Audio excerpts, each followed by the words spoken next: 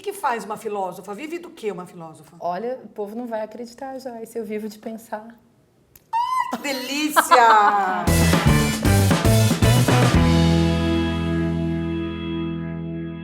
Bom dia, boa tarde, boa noite. Que loucura é essa?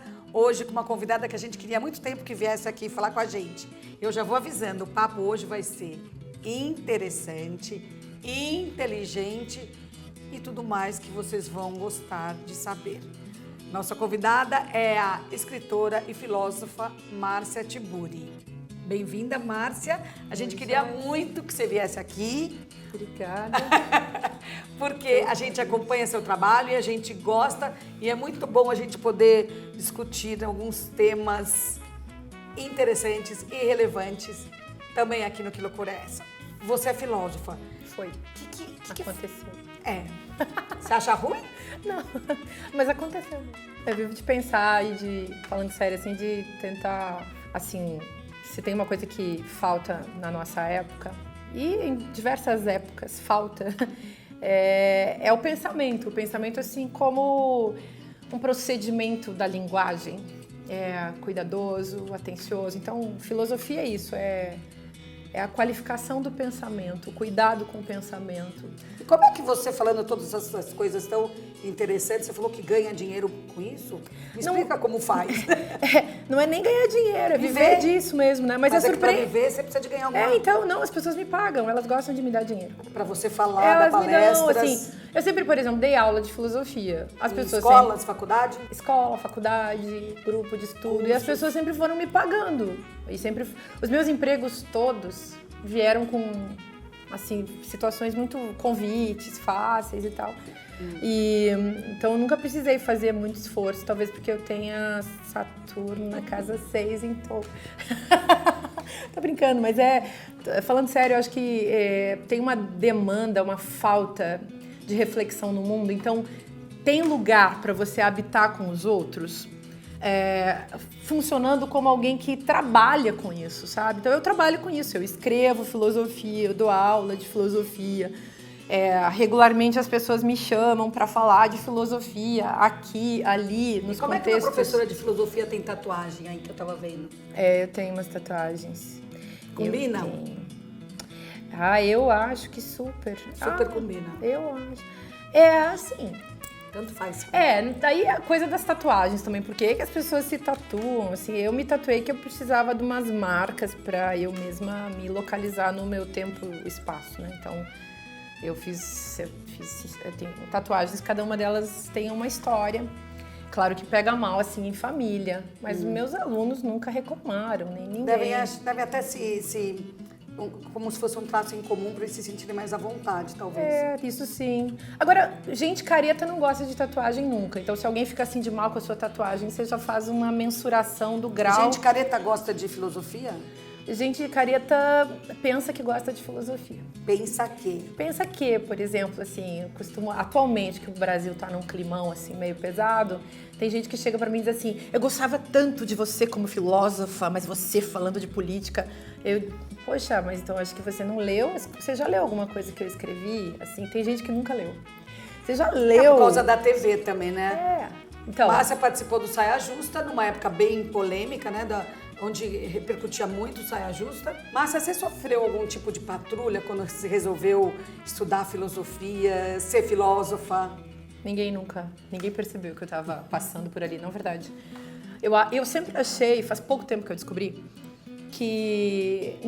eu sempre achei que eu era super livre e que eu fazia o que eu queria, e eu não entendia por que as pessoas não faziam o que elas queriam e não eram felizes e não se realizavam, porque eu sempre me senti totalmente livre. Teve um dia que eu me dei conta que, na verdade, ninguém estava prestando atenção em mim. Porque de uma mulher... Maravilhoso, né? Por um lado, eu soube tirar partido disso. Mas por outro, se eu fosse carente, se eu fosse, sei lá, esperasse algum cuidado, sei lá...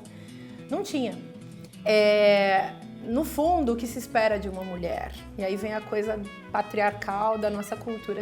As pessoas só esperam que você case e tenha filhos. Casar, digamos, casei. Várias vezes, ficou todo mundo feliz, né? Quantas vezes você casou? Eu sou casada pela 4ª vez. A Márcia que nem eu, ela tem que parar pra pensar quantas vezes ela casou.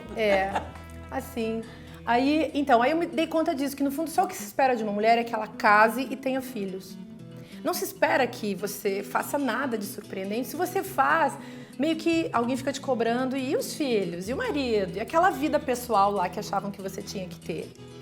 Então, eu fiquei escrevendo livros, construindo uma vida assim Paralela. Não, para mim sempre essa foi a minha vida, os livros. Para mim é isso que sempre interessou. E eu tive uma filha que também sempre interessou, porque afinal de contas é uma pessoa pela qual eu sou responsável e ela é minha filha. Mas assim, eu sinceramente nunca, só me dei conta disso depois que eu fiquei muito feminista. Que idade tem sua filha? 18. Ela mora com você? Mora comigo. Fez que ela vestibular para filosofia e tal. Ela é legal. A velha história se repete, eu acho isso muito legal. Márcia, como a TV colaborou para você ser a Márcia Tiburi de hoje? Ela ajudou, ela atrapalhou, tanto faz? Você seria a mesma? Provavelmente não seria a mesma. Acho que tudo que, óbvio, né? Tudo que você faz na vida vai ter uma influência sobre você. Mas nesse caso específico da tua pergunta, é evidente que numa sociedade do espetáculo, se você aparece muito, isso vai contar como um capital na sua vida. Sim. Então, eu fiz aquele Saia Justa uns 5 anos e participei de... Era bom? Era gostoso? Era chato, eu acho o TV muito chato. Acho TV chato. Primeiro que ficar conversando com as pessoas é muito legal. Agora, maquiar, botar uma roupa que não é sua. Às vezes trabalha... Bom, gente chata no trabalho, normal também, né? Legal quando você consegue conviver só com gente bacana, mas às vezes não dá essa sorte.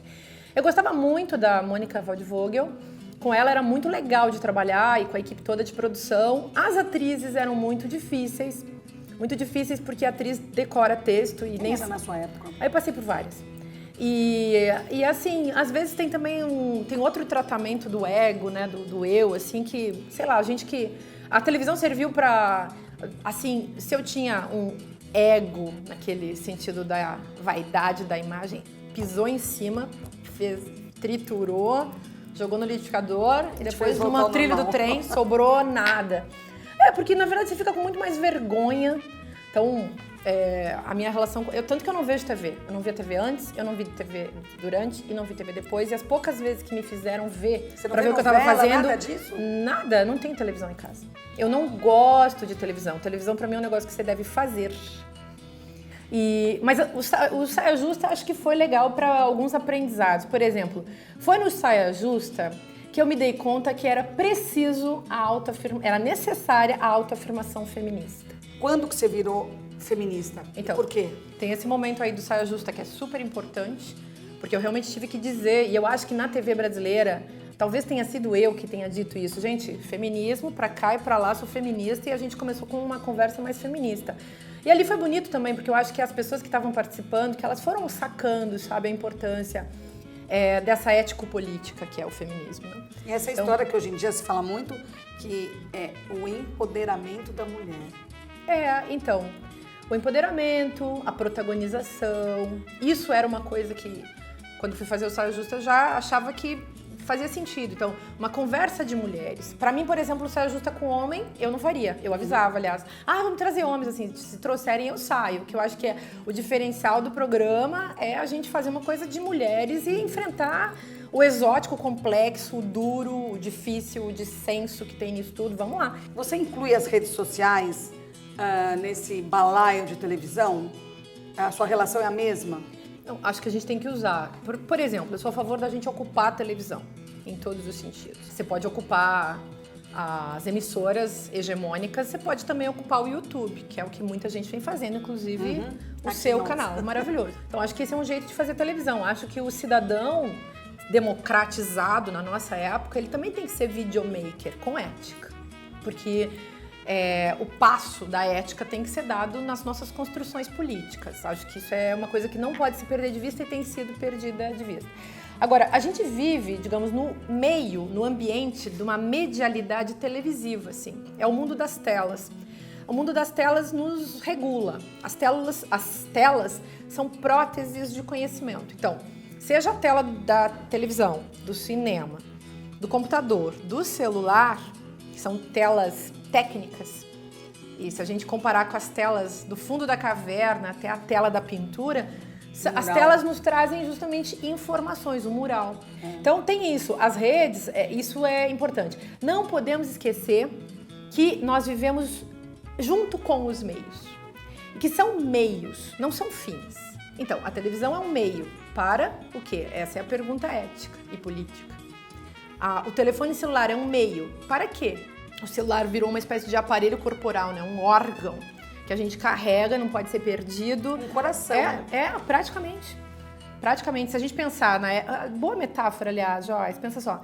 A época do coração, que a medicina pensava que o coração era o órgão que regia a vida, então ali éramos românticos.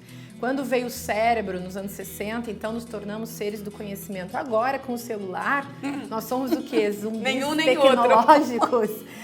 O que aconteceu com a gente? Acho que essa é uma boa pergunta. Boa discussão. E fala agora um pouco do livro que você acabou de lançar. É sobre um fascista, como conversar com um fascista. Então, o Como Conversar com um Fascista é um livro que tem... Então, eu sempre estudei essa questão do autoritarismo e tal, e da formação da subjetividade. E aí eu comecei a me dar conta que constantemente, na nossa época, nesse momento atual, a gente senta às vezes com as pessoas e é impossível conversar, porque certas pessoas transformaram os seus preconceitos numa espécie de baluarte, né? Então elas gostam de desfilar o preconceito. Aquele preconceito que antes estava escondido, em relação ao qual a gente tinha vergonha, de repente se transformou num capital social. Aí você vê isso na mesa da sala de jantar e nas redes sociais. O sujeito que grita contra negros, homossexuais, a mulheres, pobres, ou sei lá o quê. A pessoa aquela que diz que tem que tirar o ônibus que leva a galera da favela pra praia, perdeu a vergonha. E a vergonha é um bom sentimento para constituir a democracia. Sim. Não, a vergonha é fundamental. A vergonha é a formulação ética da cafonice estética. E acho que a gente tem que levar isso a sério. Bom, então, como conversar com um fascista é, obviamente, uma ironia, porque não é possível conversar com um fascista, ou seja, com esse sujeito do preconceito radical. Só ele fala, a verdade é só dele. Exatamente. E, ao mesmo tempo, é bom a gente tentar não se transformar num, porque o convite é esse.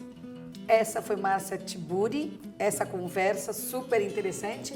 Silêncio na sala, você não ouvia nem mosca batendo asa. Valeu super, Márcia, foi muito, muito bom. Valeu esperar, viu? Obrigada. Foi muito Obrigada bom. mesmo.